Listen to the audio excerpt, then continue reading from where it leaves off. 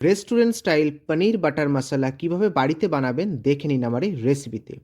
তার জন্য প্রথমে একটি পাত্রের মধ্যে নিয়ে নিয়েছি ঈষৎ উষ্ণ গরম জল। ওই জলের মধ্যে কিউব করে রাখা পনিরগুলোকে 10 মিনিটের জন্য ভেজাতে দেব। এরপর কড়াইয়ের মধ্যে দিয়ে দেবো সামান্য পরিমাণে সাদা তেল। ওই তেলে দিয়ে দেবো গোটা গরম মশলা এবং একটা মিডিয়াম সাইজের পেঁয়াজ। পেঁয়াজটা একটু লাল লাল করে ভাজা হয়ে গেলে তখন এর মধ্যে দিয়ে দেবো কাঁচা লঙ্কা এবং টমেটো। দিয়ে সমস্ত মিশ্রণটা আপনাদের ভালোভাবে ভেজে নিতে হবে।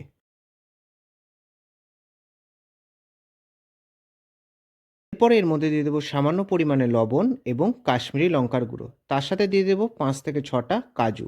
দিয়ে আবারও সমস্ত মিশ্রণটা ভালোভাবে ভেজে নিতে হবে।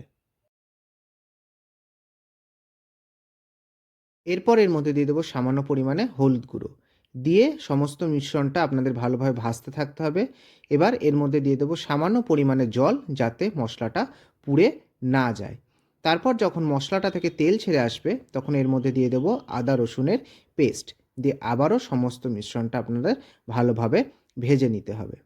তো অনেক দিন আমার এই চ্যানেলে কিছু কারণের জন্য ভিডিও আসেনি, তো এরপর থেকে রেগুলার ভিডিও আসবে। তো যারা আপনারা ফলো করতেন তারা আপনারা অবশ্যই আমার এই পেজটিকে বা এই চ্যানেলটিকে ফলো করে নেবেন। এরপর ওই মিশ্রণটা আমরা কি করব, ঠান্ডা করে মিক্সির মধ্যে ব্লেন্ড করে নেব, নিয়ে ছেঁকে নেব। এরপর আবার কড়াইয়ের মধ্যে দিয়ে দিলাম সামান্য পরিমাণে সাদা তেল, 1 চামচ বাটার।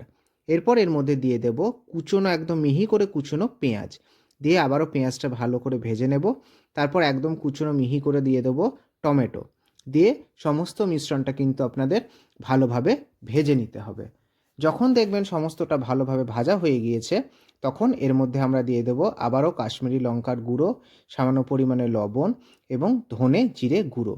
দিয়ে সমস্ত মিশ্রণটা আবারও ভালোভাবে ভেজে নিতে হবে।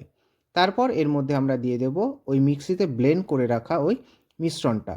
দিয়ে সামান্য পরিমাণে জল দিয়ে এটাকে একদম মিডিয়াম টু লো ফ্লেমে বেশ কিছুক্ষণ ধরে ফোটাতে থাকবেন।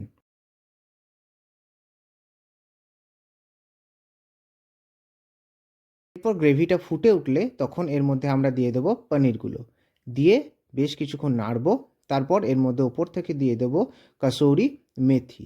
দিয়ে নামিয়ে নিলে রেডি হয়ে যাবে কিন্তু পনির বাটার মশলা।